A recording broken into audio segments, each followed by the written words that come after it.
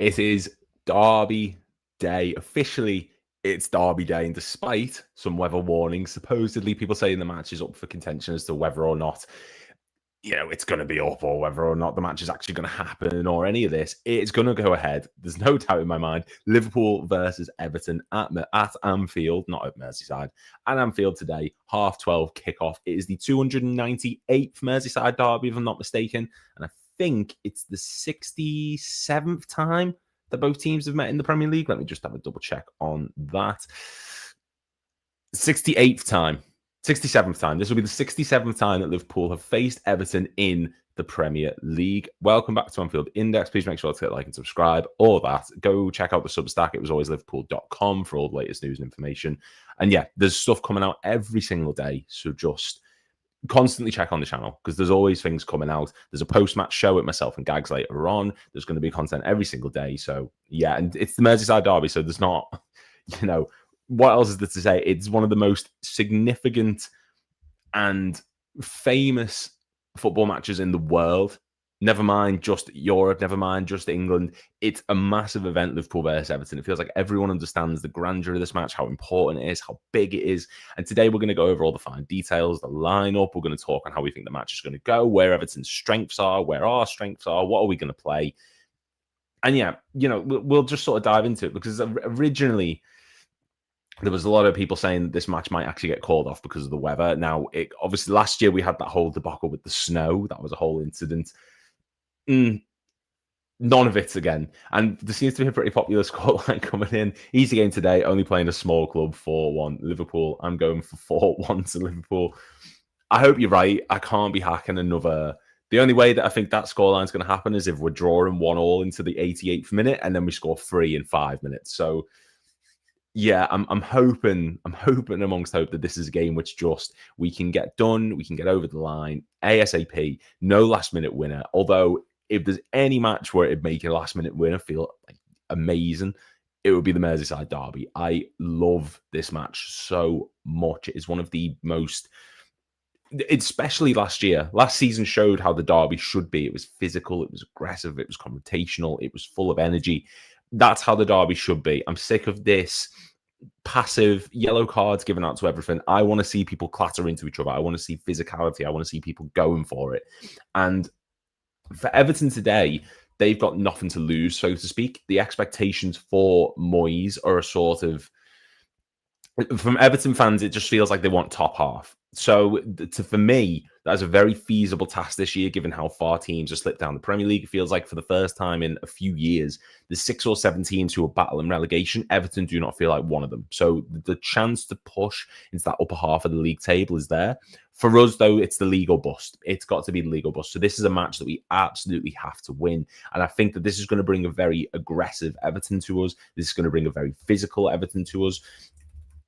And yeah, I'm just interested to see what squad we start off with today, because there's a lot of different opinions going around. We'll sort of touch on it. I'll get like a lineup builder. I've just finished something over on BBC, so I'm just in a little bit of a sort of thing. There we go. Right, agree. Let's get this going. So let's get this cast shared. And yeah, our lineup. What type of lineup are we going to be having? It's keep in mind, we've just played Atletico Madrid, a match which was very, very physically demanding, it felt at points, but it was a game we dominated. We made substitutes fairly early on in that match. Gakpo went off fairly handy. We also took off Isak. A lot of players got rest. Frimpong got rest. So I think that this is a game where you can see a few players who are definitely going to be starting based on that. Don't mind scoring last minute, but let's have the game won by then. Yeah, I'm in agreement. I can't do it again. I cannot do it again, because I think if there's any team where we're unlikely to score late, it would be Everton. We've done it in the past. I understand. We've done it a myriad of times. We've won the games in the dying minutes against Everton or produced the result. Sturridge did it in 2013, for example. But we can't do it game after game, week after week. It will just drain me down to my soul, and I just don't have the ability to do it. I just, no more. Maybe 1 or 2 more before the season's over, but until then, I'm all right. I'm all right just winning, blowing them out the water. And this is an Everton team that for all people are saying, look, they've been amazing, they've been great. They are a solid team. But they still concede goals. They conceded 2 against Wolves, for example, and that's the Wolves that lost Mateus Cunha. They are still susceptible to attack, and they've got brilliant players going forward. But I just think that Everton backline is fairly rigid. They've got O'Reilly there, who's a good player, no doubt about that. Tarkowski, of course, but there's an opportunity to really exploit. Gary Marks is the greatest Liverpool goal against Everton. It is. I did a video on it yesterday. It is the best Merseyside derby goal in history, bar none. It's not even up for debate. But let's just sort of predict the starting lineup here today. I'm just going to change the formation to what we're probably a bit more accustomed to. It'll be that 4-2-3-1. Now, we did play in a double pivot against Atletico Madrid. Szoboszlai and Gravenberch were obviously the deeper lying midfielders. We operated in that double pivot. One of them would move forward and it'd go to a single, but just the starting lineup. Now, look, I don't think there's any doubt as to who starts in goal. It's probably going to be Alisson. I don't think there's a word where Mamardashvili's first game for Liverpool is a Merseyside derby where, you know, a simple mistake or anything like that is going to really, really cost us. I just don't see that being the case. Vert's goal and assist incoming. I'm not. The only thing I'm thinking about Vert is he excelled, I think, against Atletico Madrid because of the sheer fact of Madrid gave space. They surrendered space at the back for us to work into because they were pushing. They smelled a bit of blood and started to go for it, and then they equalised. Wirtz was brilliant up until that point. Florian Wirtz was really, really good at breaking the lines. He was great at playing in between them. He was great at picking up the ball and running with it, trying to find space for himself. But as soon as Atletico Madrid went rigid and went to that back four with the 4 midfielders in front of them, he couldn't express himself. He got pushed out wide, didn't do anything. So I think that this is probably not going to be Wirtz's game. He wants to operate in that central attacking area, and he's not going to be able to do that against this Everton team who, let's face it, you know, they're probably going to have Idrissa Gana-Gueye is going to be there. James Garner's probably going to be there. You've got Jacob Bryan in the back line, Michael Keane. There's a lot of rigid, solidified players in terms of the way that they are going to set up. That is not going to favour Wirtz. Wirtz is going to struggle against that type of back four, I think. So we'll move on then to left back, I suppose, because left back's a controversial one. Now, my argument for this position, personally, and let me know what you think in the comments, I would have rather Kerkez played against Atletico Madrid. I understand Robbo needs the minutes, of course, but that would have been purely because I think Robertson is more suited to this match. Robertson feels more suited to a Merseyside derby. Kerkez, the way he operates, he's a very rash player. He's still very emotional. He still will clatter into someone. And the derby needs that. I'm like I said at the beginning, the derby needs that physical bite to it. But my issue is he gets a yellow card really early. Maybe the atmosphere gets to him. Maybe the emotion of it all gets to him. He gets a silly yellow card, and then he's tiptoeing for the rest of the match, and then Robbo comes on. I don't want to see that. For me, I would personally be starting Robertson, but I need to know what you guys think in the comments. Would you be starting Kerkez? Would you be starting Robertson so we can put that one in? I think right back's pretty much nailed on. Frimpong is inevitably going to start. He was incredible against Atletico Madrid. This narrative that keeps stemming that he can't defend, that he's not good in a back four, none of it. He is top tier. Maybe not top tier yet, but I thought he was brilliant from against Atletico. His recovery pace is superb going forward. He was cutting inside. He was inverting to create space for out wide for Salah. He was amazing. That means Kerkez hasn't learned from last week, which I don't believe. So, yeah, okay. So maybe we go for Kerkez then. Maybe we go for Kerkez on the left. I think Robertson, this just feels like a game that suits him. But I suppose you can bring him on later on and he can be that cool head that calms everything down. So, yeah, okay, we'll go for Kerkez. And then the back four pretty much just picks itself. It is, of course, it's not Van Dijk on that side. It's Konate on the right-hand side. And then we've got Van Dijk. I hate adverts so much. Go away. There we go. So that's our back four. It's basically the same that played at Atletico, just with Kerkez instead of Robertson, which is probably the best thing. We need a stable back four that we can build off of. We don't want to be changing too much. Grealish versus Bradley, though. Look, Grealish is a very technically good player. He's great at passing the ball and going with it in the box in tight areas. Bradley didn't look very fit against Atletico Madrid. He really did struggle to match the intensity and the pace of it. But Do I think he'd do well against Jack Grealish? Possibly. It's not like he's playing against a very fast, direct type of player, but I just think Frimpong, for me, the recovery pace, he'll be able to outwork anything that Grealish does, provide threat going forward, because Everton's backline is going to be very, very solidified. We're going to need to try and break that down.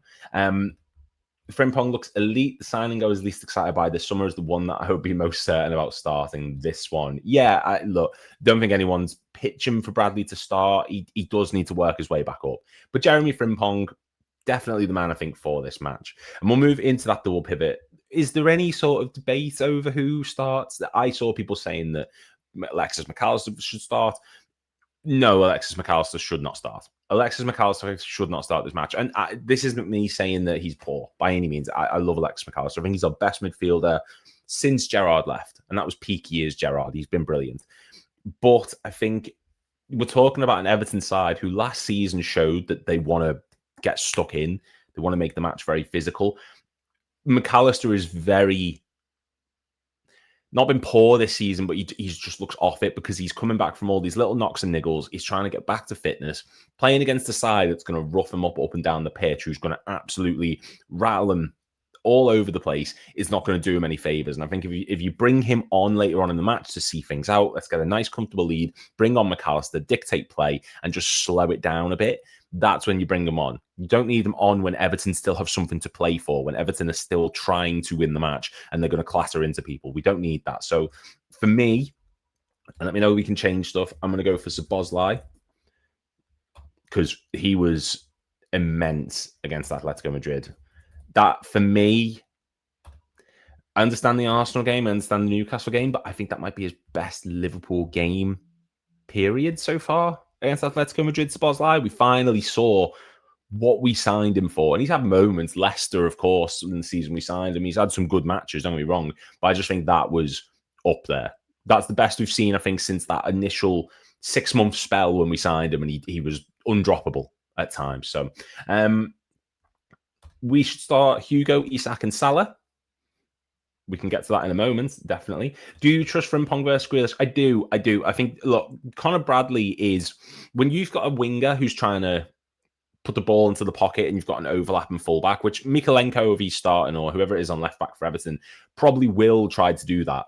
You need someone who's got the pace and ability to be able to go between the two. If the ball goes that way, out wide to the overlapping fullback, you need your fullback to be quick to react. You need them to be able to move wherever it's needed to.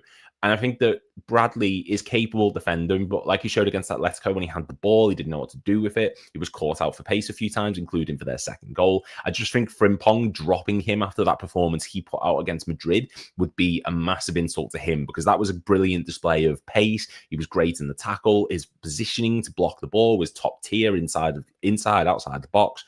It makes more sense for him to start for me this game than it does for Conor Bradley. Macro isn't ready, so as I grab double pivot, 100%. We've put that in. Andrew Robertson should start. This was my discussion the other day as well. I think Robertson just feels like he's got the more sort of mentality to deal with this game more than Kerkez does. This is one of the most emotionally fueled matches of the season, and I don't think that benefits Kerkez as such. Burnley, we saw, for example, we saw it against Bournemouth when he flew into, I think it was Tavernier, and he got that yellow card, daft yellow card.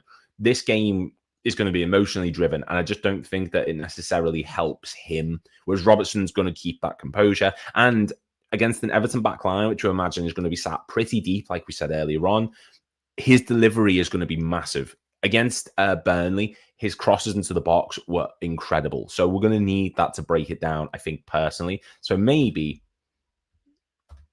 we do need to change it. Maybe if I can figure out how to do it, that'd be brilliant. How do you change the thing?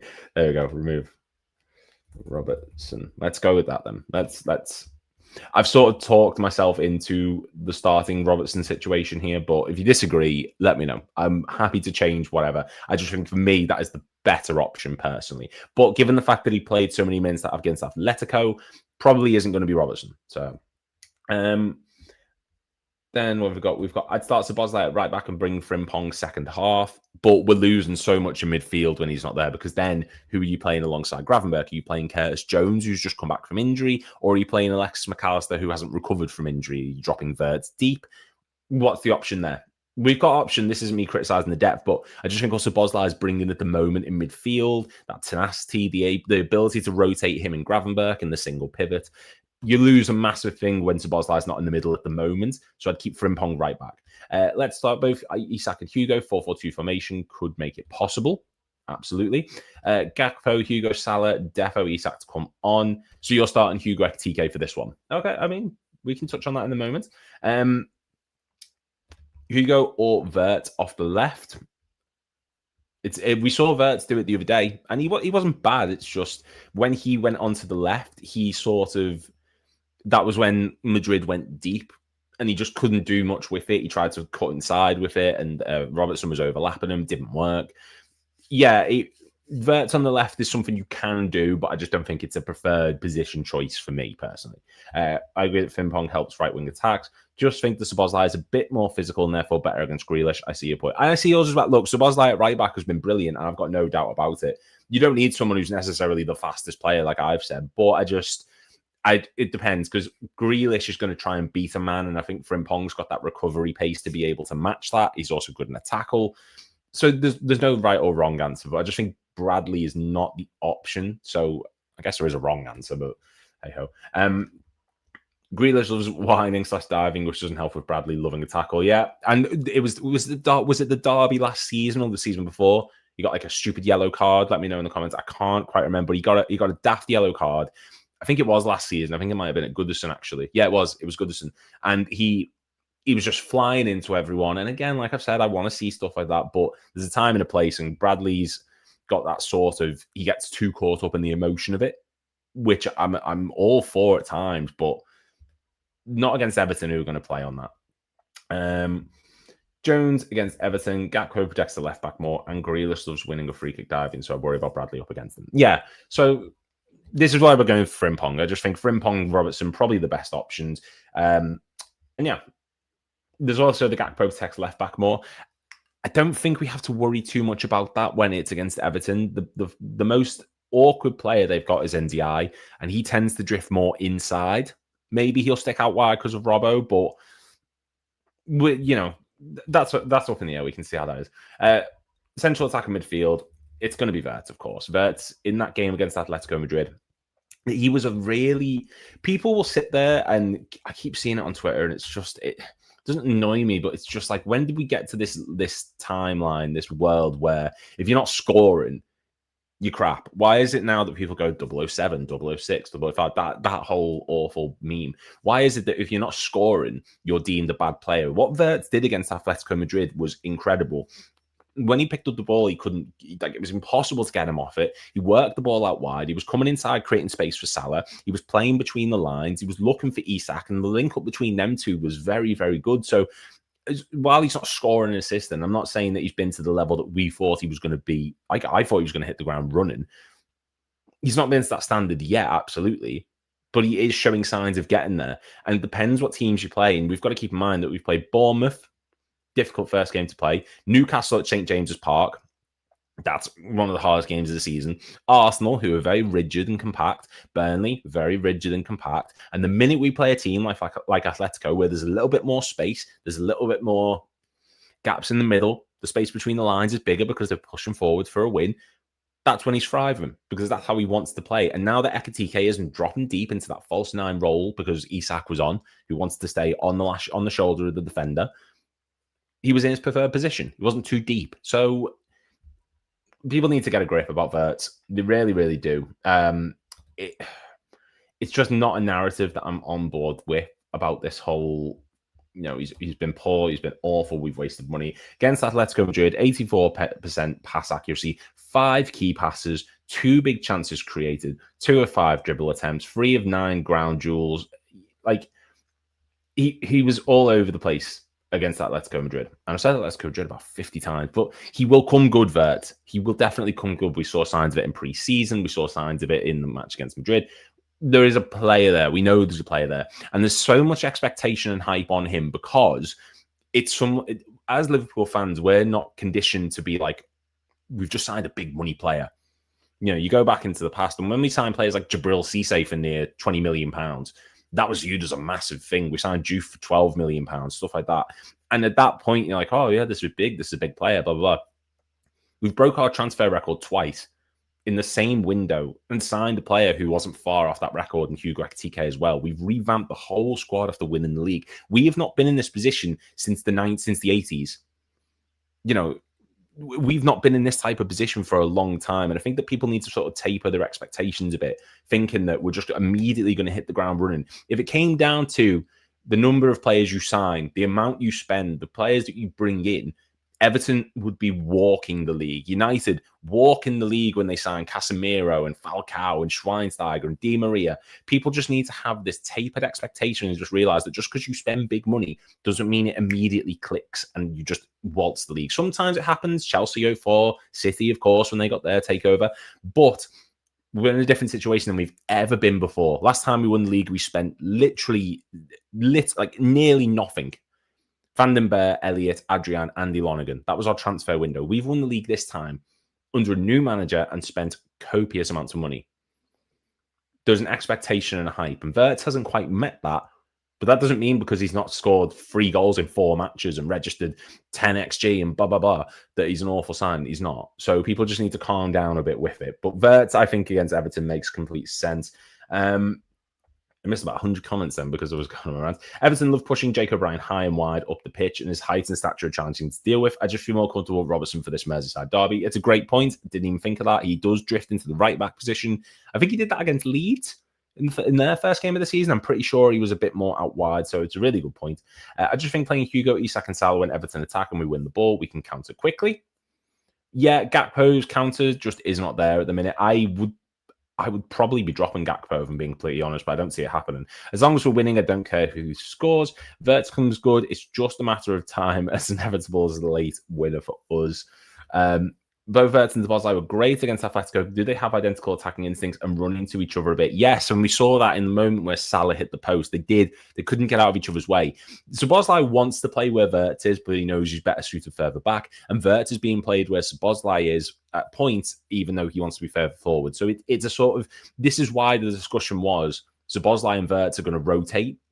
But because Szoboszlai has made himself indispensable to the team and made himself undroppable, he's not going to get in the squad. He's not going to play. So he's not going to play in that position. He's going to play, sorry. So he's playing further back. Because he's made himself indisposable, they're now wanting to play a similar style in different positions on the pitch. And it worked on Wednesday.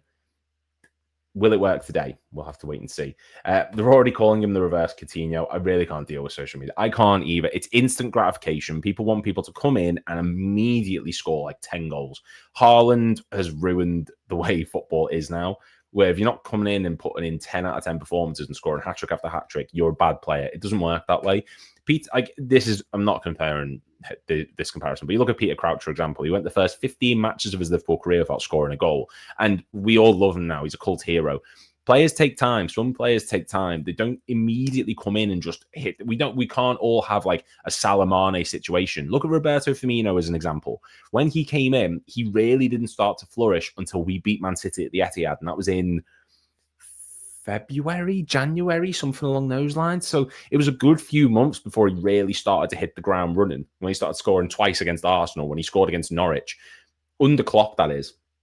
It takes time for these players. So it will come good for Wirtz, I think. Hugo, Wirtz, Kerkez will all become very good players. They all need time, 100%. Spot on with Wirtz. That 007 narrative only comes from idiots on Twitter who've never played a game of footy in their life. Exactly. So people need to get a grip. That's all I'm saying. Gakpo's been miles off his level. And yeah, I suppose we'll touch on that left wing spot because we've got options here. We've got Wirtz can drift out there if we need it. Nguemoa, is this a game for him? Probably not. Gakpo, look, Gakpo's been poor. There's no disputing that. It's because he's not got that instinct to go. Against Madrid, I thought Nguemoa should have started. And the further the game went on, I was crying out for him. That back line needed someone to break it down. That back line needed someone to go at it and just create space, create a chance. Gakpo's first instinct every single match is to pick up the ball and just cut inside. Go inside. Don't try and beat anyone. Don't go around the byline. Just cut inside. Find the midfielder. I hope that Robertson or Kirkes, whoever's overlapping on the outside, will give him an option. I'm sick of seeing it. I understand that we were all asking for him to go. I miss Diaz. I really, really miss Luis Diaz. I miss having that winger who would pick up the ball and just try and take someone on and make space for himself and others by causing chaos in that back line. I miss him.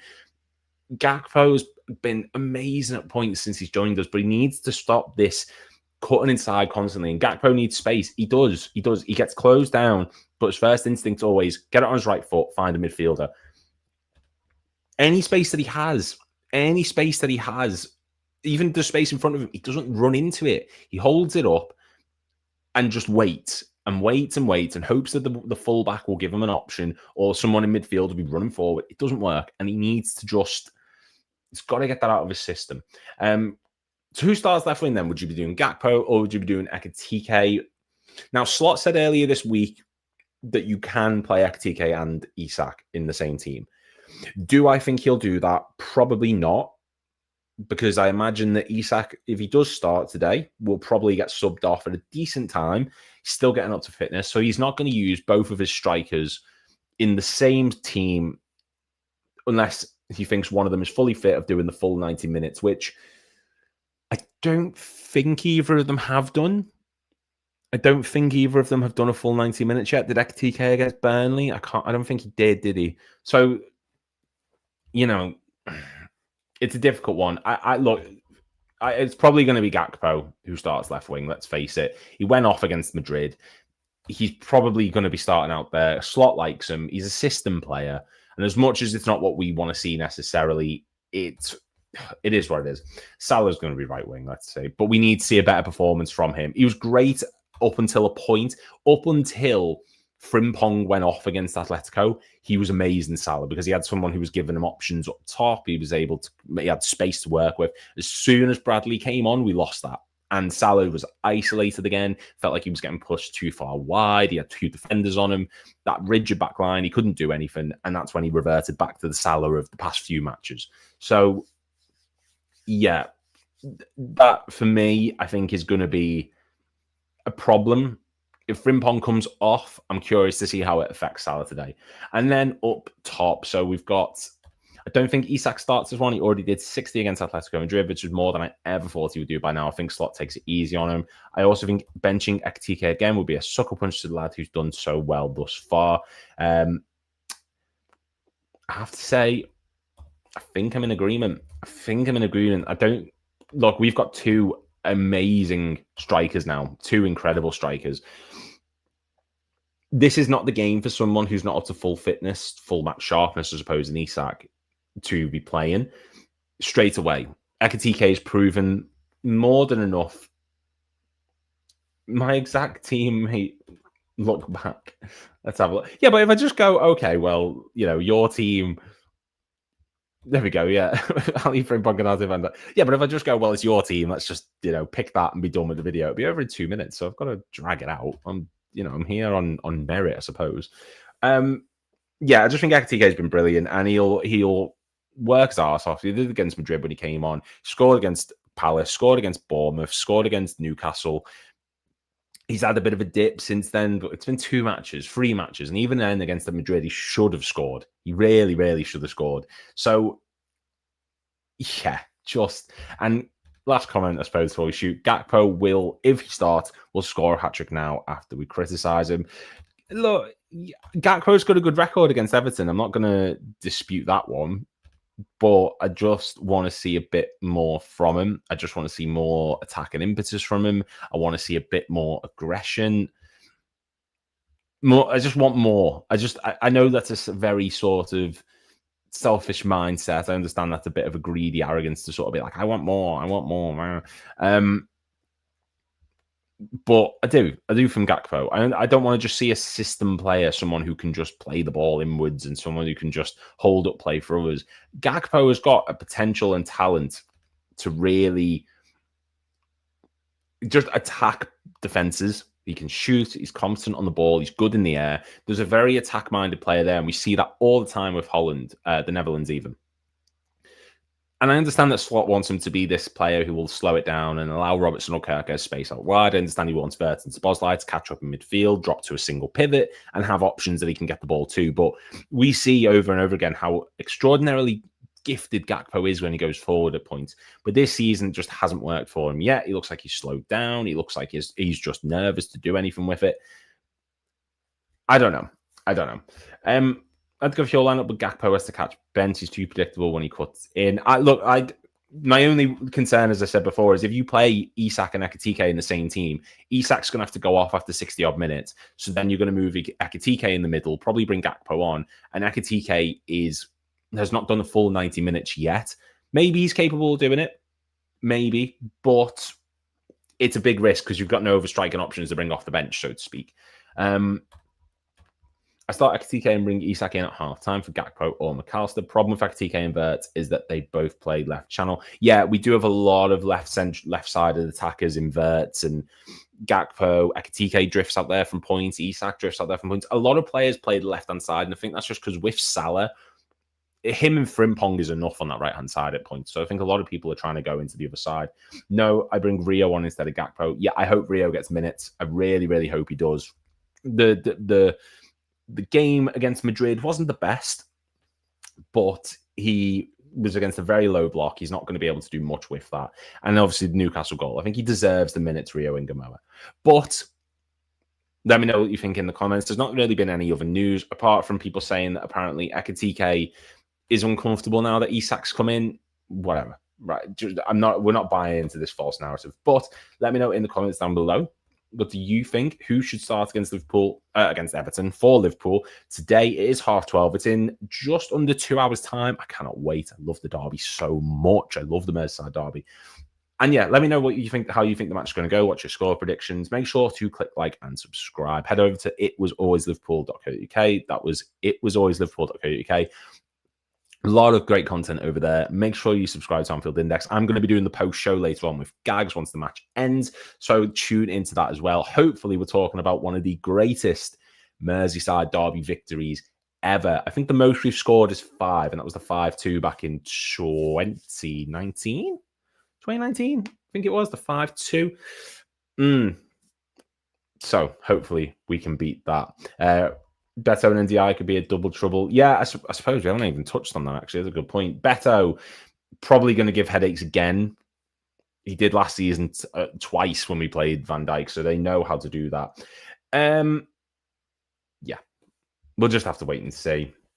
Actual lineup out in 45 minutes, and the only bad thing about the game is the stupid kickoff time. I like an early kickoff.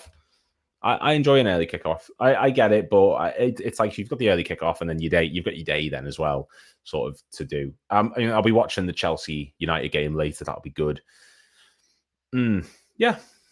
Let me know what you think in the comments down below, guys. Let's make them miserable. 100%. Let's win this. I love the Merseyside derby so much. It is my favorite match of the season. I think I prefer this one over the United game. So yeah, make sure to